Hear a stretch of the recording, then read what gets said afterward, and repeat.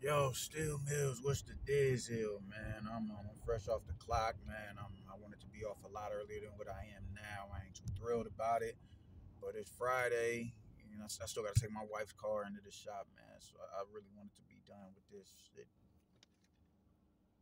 But it is what it is, man. So peep game, man. We gotta get into this shit, man. And that's Javante Davis and his interview that he just did with I don't know, Funny Marco or whatever, talking about he's more skilled and complete of a fighter than Mike Tyson, man. And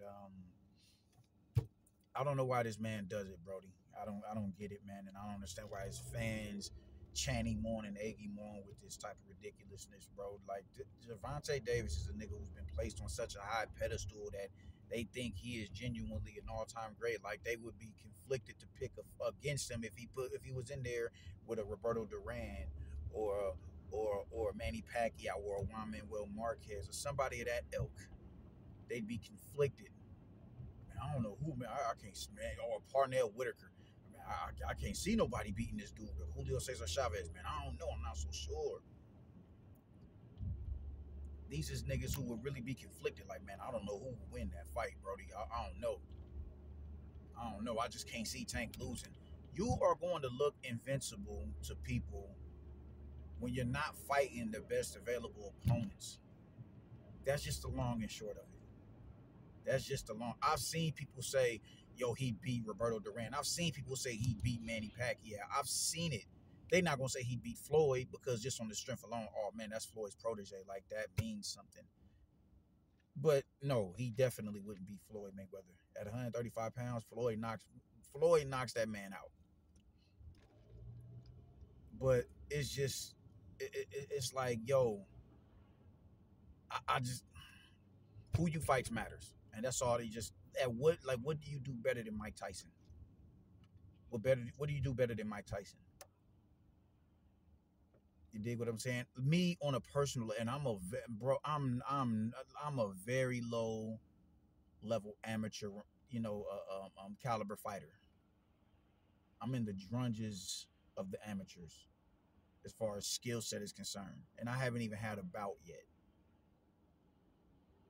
But I'm this low. You know what I'm saying? I'm low on the totem pole, but when you're in there with somebody who's not as crafty as you are and as skilled and as sharp as you are, they don't have the boxing brain that you've been able to cultivate as long, that as long as you have.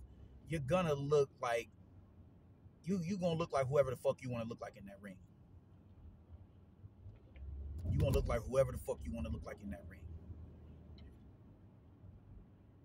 So he can look he can look like a goddamn this belt.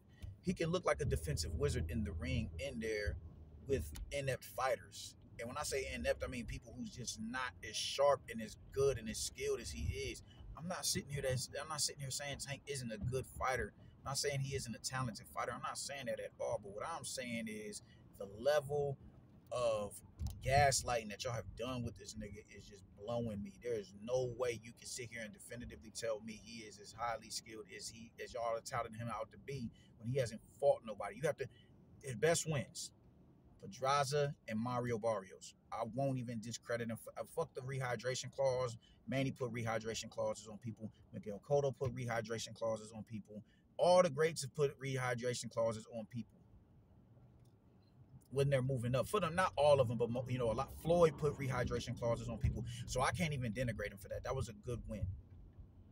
That was a good win, Mario Barrios, only because he moved up, and the victory is aging like fine wine, just on the strength alone that he beat Ugas. Now, do I think Ugas was the fighter he was when he fought Earl Spence? No, I absolutely do not think that shit. A year of inactivity and off of eye surgery, no. You're not the same fighter you was when you went in there with Earl Spence. However, it was a good. He went in there. He did what it is that he had to do, and he came out victorious in that win. Kudos to him for that. And Jose Pedraza, those are good wins. Those are good wins.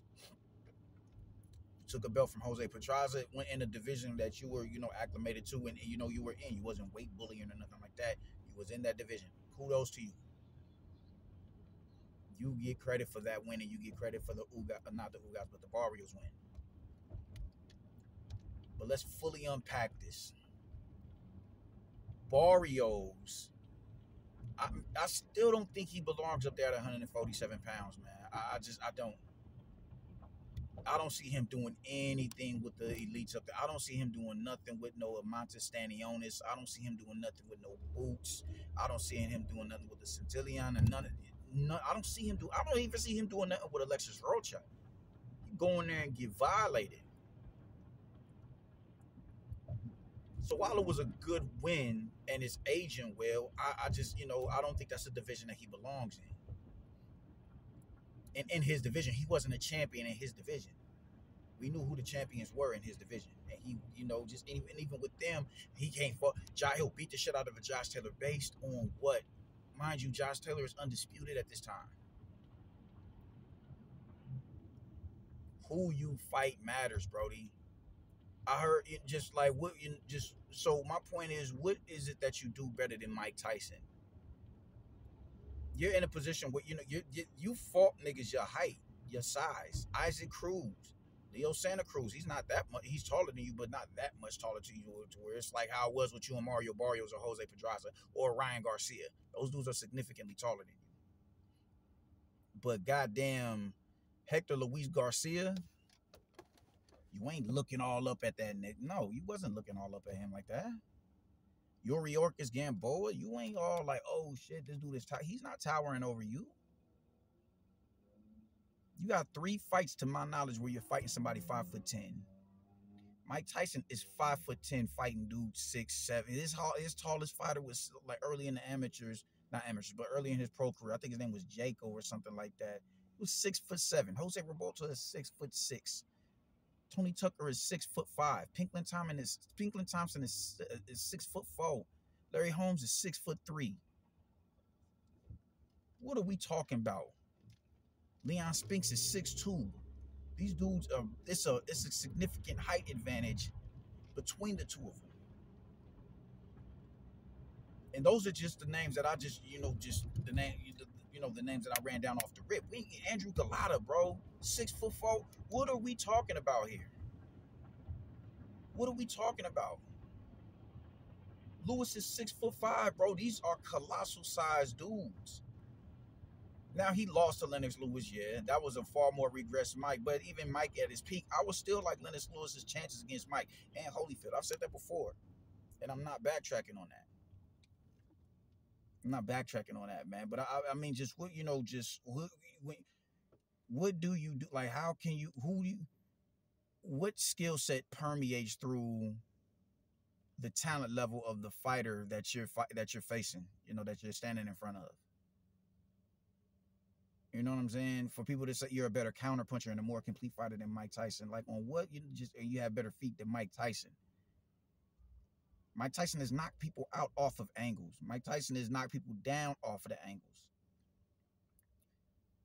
I was just listening to Knockout Boxing, and he was saying, and shout out to him, but he was saying that Tank is a lot more defensively responsible than Mike Tyson. Well, when you're fighting people that's closer to your, consistently fighting people that's closer to your height, you can chill back at mid distance. You got the luxury of doing that. You can stay at mid range and play the mid range game. You can do that. You can't do that with dudes is up in there with 79 and 80 plus inch reach advantages, bro. You can't do that. You can't do that. You're going to have to walk into the teeth of the defense to close the gap and go in there and impose your will, which was he was doing.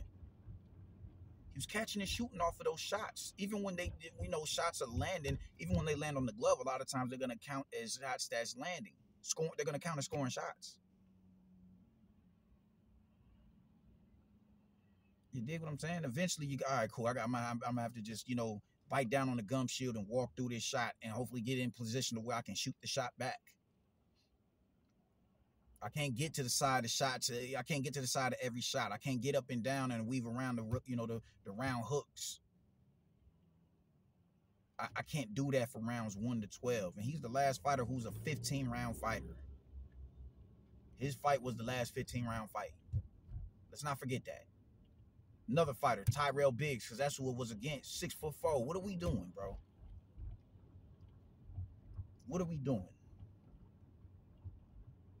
You do not have better feet than Mike Tyson. Mike Tyson's feet put him in punching position, and his slipperiness and his, to get, to close distance, and just his brolic, his brawn alone to push fighters back and close distance and put them in uncomfortable positions to where he could pin them to the rope, get forehead to forehead mid ring. Let's not forget he out jabbed Tony Tucker, the 6'5" fighter, out jabbed him mid distance, mid ring. Let's not forget that.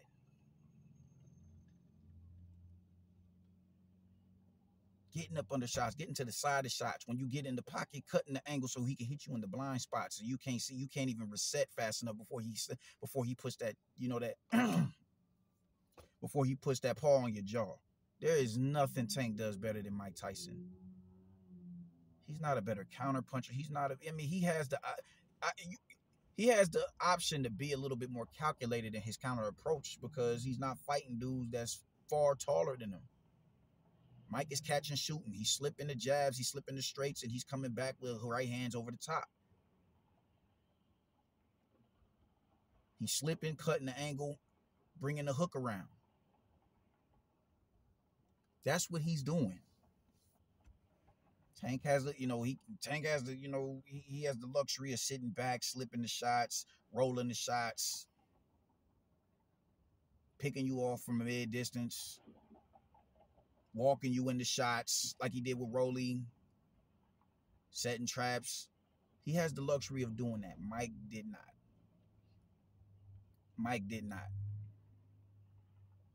And who you do it to, who you impose your will on matters as well, fam. Who exactly did he impose his will on? He hasn't imposed his will on on adequate opposition like that. He hasn't. You can't say that he's defensively responsible, but you got someone like Leo Santa Cruz who's punching in between the punches with him and landing consistently. You can't say that that man is that much more defensively responsible to the point where your eye is puffy. What are we talking about? What are we talking about? Hector Luis Garcia was hitting him with really clean counters. Now, is Hector Luis Garcia a champion? Yeah, he is. He's a champion, but he didn't belong at 135 pounds.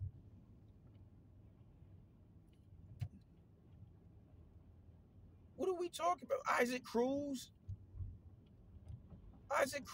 Brody. Now, granted, I do think your hand was broke or whatever when you fought him, and you were still able to win. But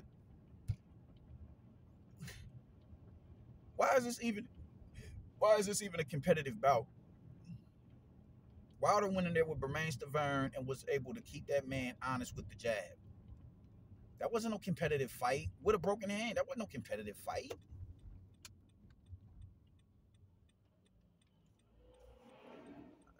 I can't believe this shit, man. I can't believe what I'm hearing, and people are, acquiescing this tomfoolery.